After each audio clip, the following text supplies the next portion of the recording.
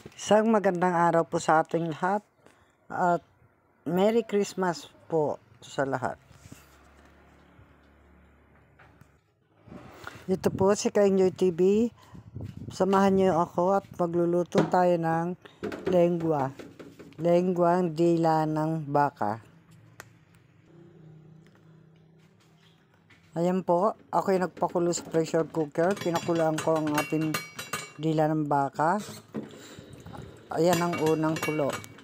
At yung po, unang kulo ay tinatapon. At pakukulan ulit sa pangalawang kulo.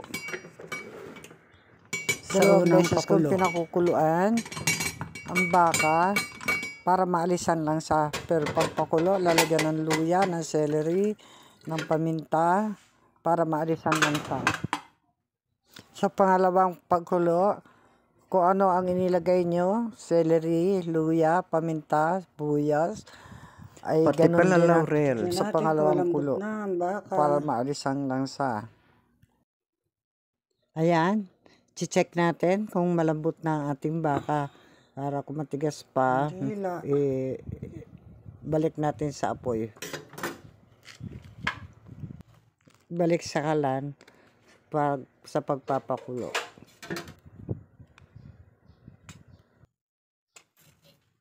Kunti pa. So, medyo matigas pa, kaya isasalang natin ulit. 15 minutes pa. Ito, hinanda ko na ang paglalagyan. Dito ko patutuluin para lamigin. Yung pinalambutan ko.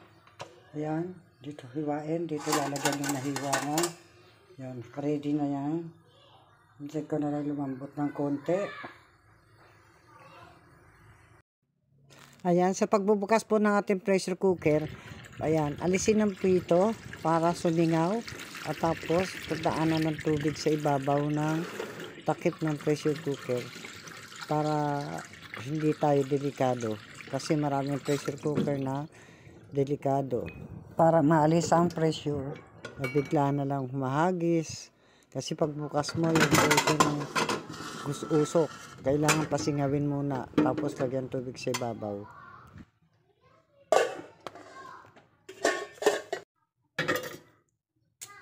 Hindi ko makita yung aking pantusok. Pag mamadali, hindi ko na hinanap. Sa kutsilyo pantusok ko.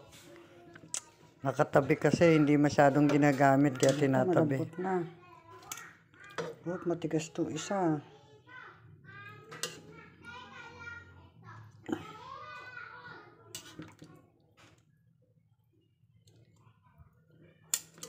Tingnan natin kung pwede na itong balatan.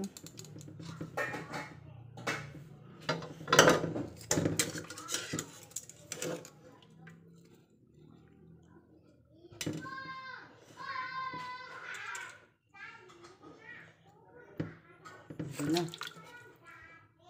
Ito matigas. Hiwain na lang natin yung manipis.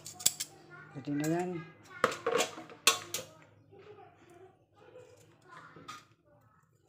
Lambot na to.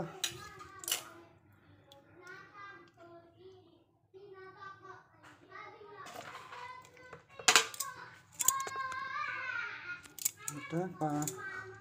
Anahin naman natin dito. Para lamigin. Ito yung dila. Mahaba yan. Pinutol ko lang. Ito. Pinutol ko lang yan. Mahaba. Para madaling lumambot. Patuloyin natin dito. Mamaya pagpalamigin muna natin bago natin balatan ang dila.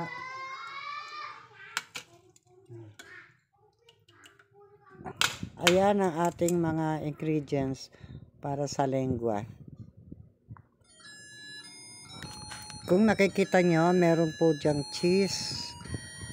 Pero optional po yan. Kaya lang kung meron naman kayo, dagyan na natin kasi mandagdag sa lasa yan, pampasarap din. At ganun din po ang cream of mushroom. Optional din po. Pero pampasarap din yan kung meron. Cream of mushroom. Dahil ang cream of mushroom nestle cream ay pandagdag palasa. Buttercup. Cheese. Ang ating pampalapot naman ay ang all-purpose cream. Lalapot na rin siya, all-purpose cream. Kahit wala na siyang cream of mushroom. Meron naman tayong dilata na mushroom slice. Yan, napakasarap.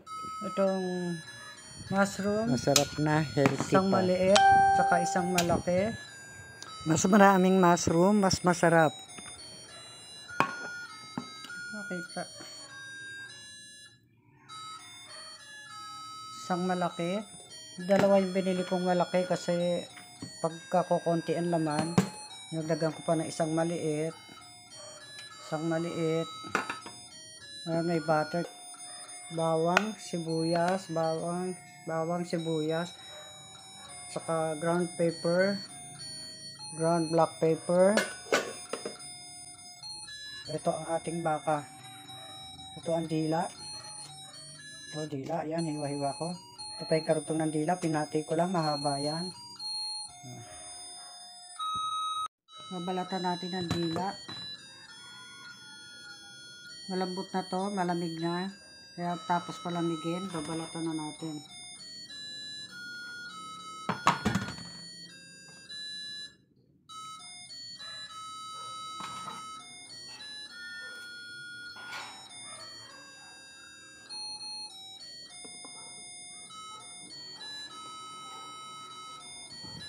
Ayan, medyo makunat pang konti. Kasi pag binalatan yan, sa kamay lang kusa na matatanggal. Hindi pa masyado, kulang pa. Pampalambot. Hindi na dapat ginagamitan ng kutsilyo. Pero nababakbak na rin siya. Pero kung kulang pa sa palambot, tuloy-tuloy na sana, hindi po nakailangan ng kutsilyo. Diretso sa kamay lang matatanggal na yan.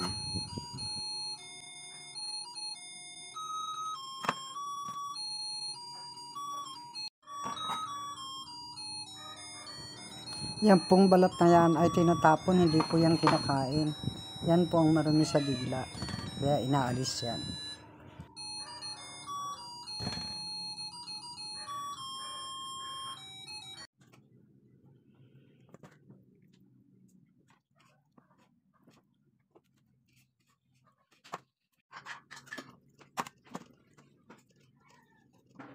Yung natapos mo balat ang liit, ay dila pala. I-slice natin ito. I-slice natin. Palapad. Huwag na siya yung halos ng hiwa. Pero mas magandang hiwa pa ganyan. Ganyan. Ganyan ang hiwa. Ganyan palapad. Okay.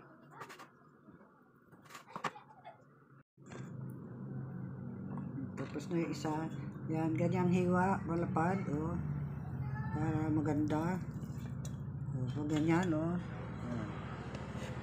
Slice. Para slice ang hiwa.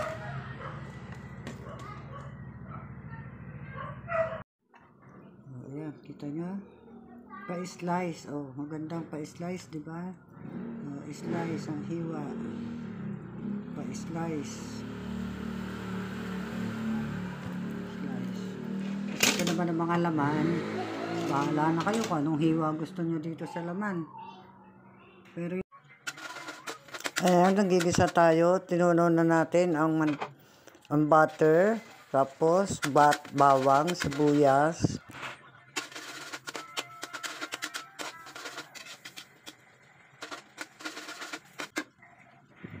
Ilagay na natin ang dila, ang karne. At pagkalagay ng karne, susunod na natin ang mga ingredients, lahat ng ingredients para lumasa ang karne. Para kumapit sa karne ang mga timpla.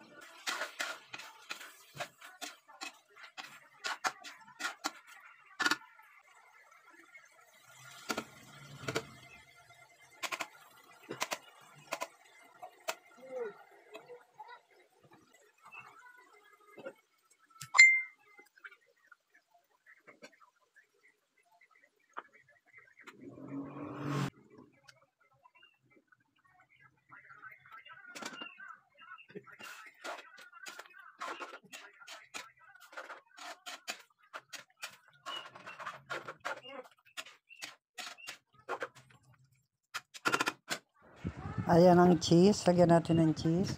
At pagkalagay ng cheese, konting halo. At pakuluan po natin siya ng mga 10 minutes. Luto na naman yung ating karne. Hindi na kailangan lutuin mabuti.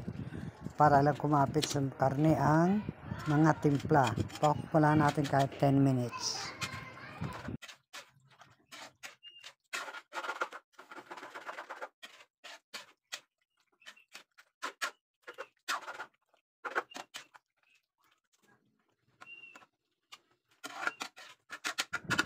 Ayan, nagsasandok ako sa platito. Titikman natin. Kung medyo matabang, dagdagan natin ng konting patis. At ng... Ayan ang finished product. Ayan, ang finished product. Luto na siya. Ito, marami siyang mushroom. Masarap yan. Ang sarap ng mushroom.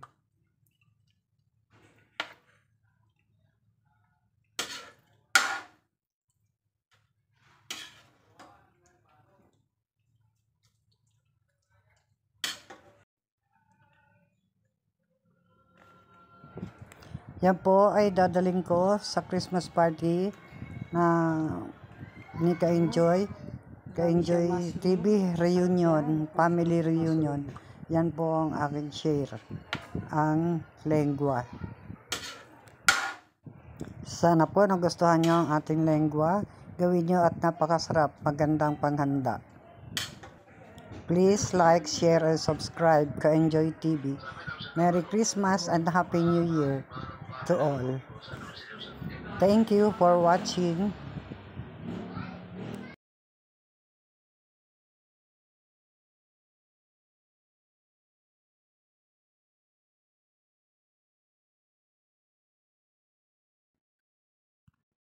Malayo pa ang biyahe. From here, dito ako sa Marikina, papuntang Montalban pa. Ayan, luto na. Ayan ang ating finished product. Luto na siya. Nakita nyo how creamy? Napakasarap.